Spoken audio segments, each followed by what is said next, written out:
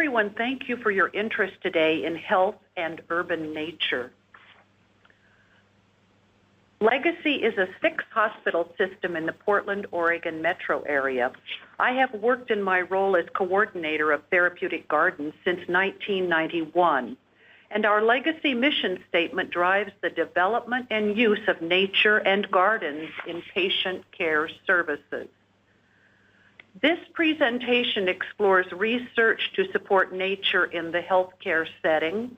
I will present examples of garden design elements and programming to encourage patient, visitor, and employee engagement in these nature places 24/7. Dr. Brown, our CEO, outlines how gardens are a part of the hospital therapeutic space. Patients use the gardens during therapies, when they have independent time alone, and with their visitors. And here, a physical therapist works with her patient to increase endurance and balance. Stress affects patients, families, and employees in the healthcare setting. Patient and family-centered care respects families as integral and co-equal parts of the healthcare team. By taking family-patient input and concerns into account, the family feels more comfortable working with professionals on a plan of care, and the professionals are more on board in terms of what families expect with medical interventions and the health outcomes. Here at Legacy, we collaborate with our physicians on all aspects of garden development, helping to ensure that clinical patient care goals drive garden design and programming. Well-designed gardens serve as stress coping resources for the patients, visitors, and employees. Most of us are familiar with Roger Ulrich's long history of research and teaching, and this informs how these well-designed gardens promote opportunities for social support and offer many choices and privacy, leading to increased sense of control. Increased opportunities for movement, mild exercise, and rehabilitation all support the recovery process. And the green nature experience provides for distraction and restoration. The following studies are a sample of the evidence base that influences our work at Legacy. And of course, this is Dr. Ulrich's, where he outlines how these well-designed hospital nature places promote stress restoration and buffering with those resultant improved health outcomes. This diagram and the theory of supportive design and extensive research studies are detailed in the following text. With Chapter 2, authored by Dr. Ulrich, where he explains the theory of supportive design, gives examples, and presents an extensive evidence base. This sample of journals offers some of the many research studies informing nature place work here at Legacy Health. I'll outline each of those now. This literature review analyzed 113 studies and identified some common design criteria. First, we need to create outdoor spaces that are compatible with and encourage human activities. We need to construct a setting for sensory stimulation, and I'm going to show you examples of each of these. We must develop for safety and security, and we want to encourage present moment awareness, that nature experience right now for the patient, the family, the visitor. We need to consider the cultures we're serving, and we always want to promote nature as a metaphor for healing. So all 6 of these are essential in healthcare garden design and promotion. In this study, we can take away several key points. Nurses can participate in forums for employers to present information about the value of natural, restorative environments in the workplace. Employee lounges with plants, aquariums, or window views of nature can be encouraged in the workplace. Gardens, picnic tables, and bird feeders outdoors might allow workers additional opportunity for restoration at work. Nurses can advocate for healthcare environments that promote attentional health and restoration by incorporating nature. And this attentional health and restoration is all developed further by Rachel and Stephen Kaplan at the University of Michigan, and there are many, many years of research about attention restoration. And lastly, healthcare administrators can be encouraged to develop healing environments by maintaining accessible gardens. So I think a key point is to remember that nurses are key players and support restoration for their patients, families, and colleagues, both in the healthcare setting and out in communities. So remember to include nurses in your teams. Nurses and physicians conducted this study. It was during and 3 months after the intensive care unit experience in family members of patients at high risk for dying. This study confirms that family members often experience high levels of stress during ICU stays and a significant risk to post-traumatic stress disorder and borderline anxiety and depression, even 3 months after the intensive care unit experience. Of course, these findings are of grave concern for us regarding the health and well-being of these family members and their loved ones. In this presentation, I will outline how we here at Legacy are studying this family population, and we hope to see how the garden contributes to their better health. So in addition to stress, you might consider topics of pain management, social support, emotional support, patient-centered care, family-centered care, health benefits of nature, green exercise, and other topics in your literature reviews. So next, I'll introduce a sample of the gardens at Legacy, and I'll point out examples of how the design supports patients, families, and employee health programs. Good Samaritan is located in Northwest Portland. The red dot is the entrance to the hospital. This is the garden we're going to talk about. The 4 blocks on the right are part of our many block campus, and the 2 blocks on the left are residential, fronted by retail and a very major street. So imagine this red circled space. And which do you think might better support health and well-being? Left is a 1996 before image. On the right, an interdisciplinary team completed the design team work in 1996, and we took possession of the new garden in June of 1997. Horticultural therapy is one of the treatment modalities using the garden and indoor garden settings as well for patient rehabilitation therapies.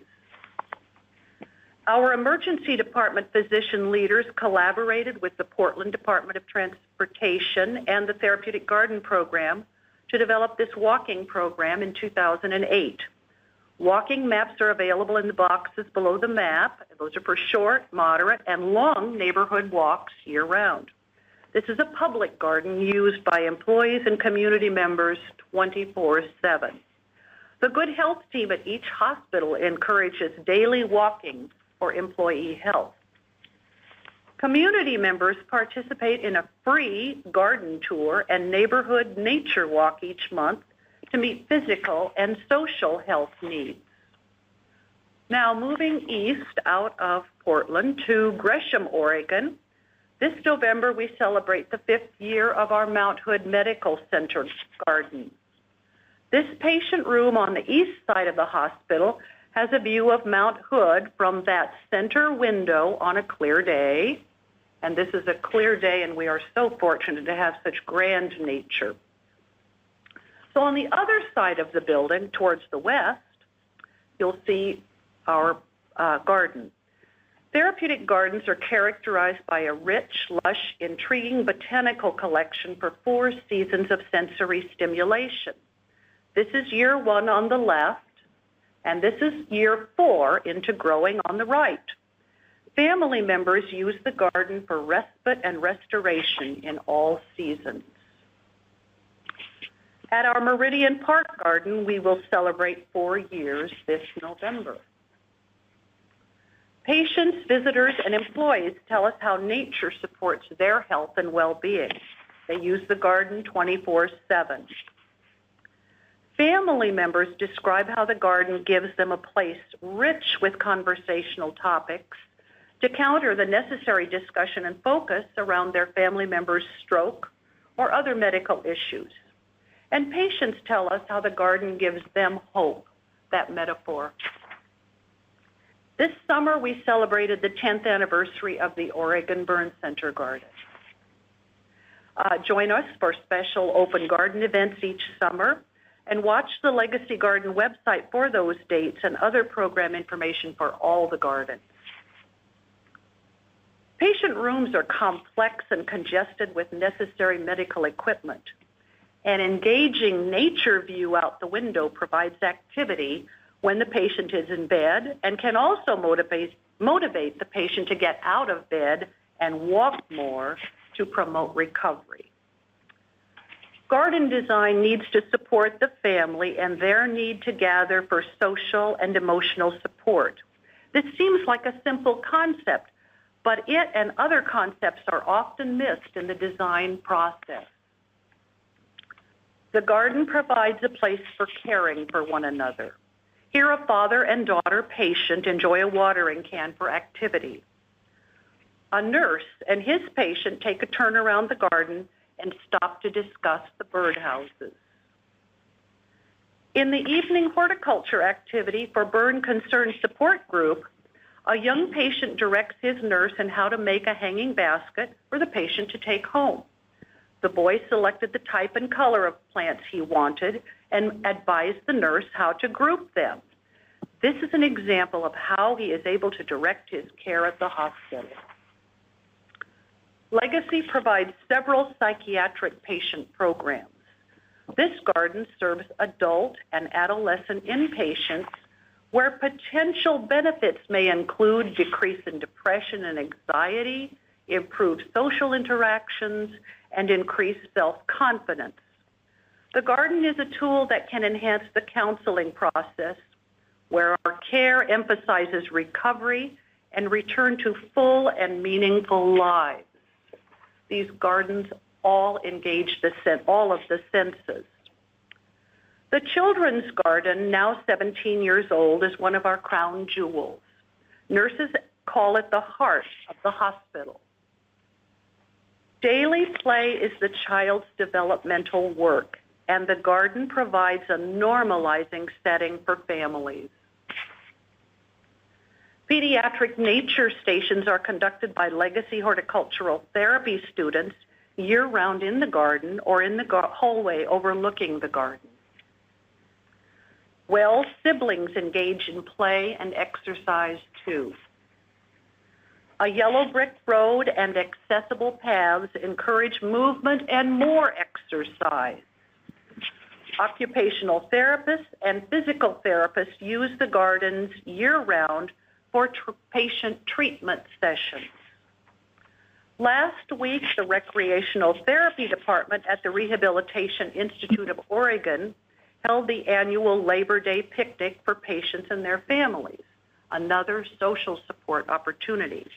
In the left picture, the garden is used for learning exercise routines for continued recovery after discharge to home. Patients tell us how much they appreciate getting out of the hospital room for privacy and time with their family and friends. Adult and child patients choose to use the Children's Garden 24/7 for rehabilitation, recovery, and restoration. Watering cans and simple tasks provide independent activity for the family and well siblings. Above the Children's Garden, this second floor underutilized space has been transformed to the new terrace garden. This project was funded by the TKF Foundation's Nature Sacred initiative, with our garden dedication having taken place April 2014. Research is now underway. Legacy Research Institute is conducting 3 studies at this time. We are in data collection and expect to have some data analysis ready for dissemination in October 2015. The birthing study is a randomized controlled trial involving 100 low-risk pregnant women. The family study is a prospective observational trial involving 60 to 100 family members of patients in the Legacy Emanuel Medical Center intensive care units who have prolonged hospital stays. For Study 3, nurses are randomized to either 6 weeks of garden exposure followed by 6 weeks of no garden, or to 6 weeks of no garden followed by 6 weeks of garden exposure. The resources listed at the bottom of the page give further explanation of the grant process and the research work. So we are also in the planning process of an observational mapping study conducted by Dr. Jennifer Antig at Pacific University and her Health Track PhD students. At Legacy Research Institute, we are also in discussion and planning of Study 5, a post-occupancy evaluation. It's important to us to document how the garden is used, what works, and what needs to work better. Year-round programs for patients and families include music, garden tours, plant signage as an independent activity, gardening, horticulture education, and more. This garden was designed as a stress coping resource and a place for birthing 24/7. Now that means walking, walking, walking, and hopefully getting back to your room for the delivery. So we know that stress is pervasive in nursing and healthcare work. Legacy encourages employees to develop meaningful stress coping strategies. Spending time in nature every day helps to build resilience and maintain health. Therapeutic gardens are designed for 4 seasons of sensory stimulation to support restoration and recovery. Garden users have choices to learn about native plants, plant pollinators, conservation, local birds, and more. At our Salmon Creek Medical Center, patients enjoy views to the Salmon Creek watershed. And we also have views to Mount St. Helens as a part of the hospital experience. And in that middle window, it's another overcast day. Imagine Mount St. Helens. Weekly organic farm stands in the Legacy Gardens promote health and well-being.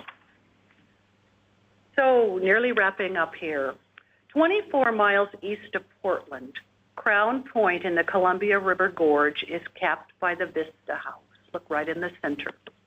This is remarkable nearby nature for those who are able to drive or bike to the site.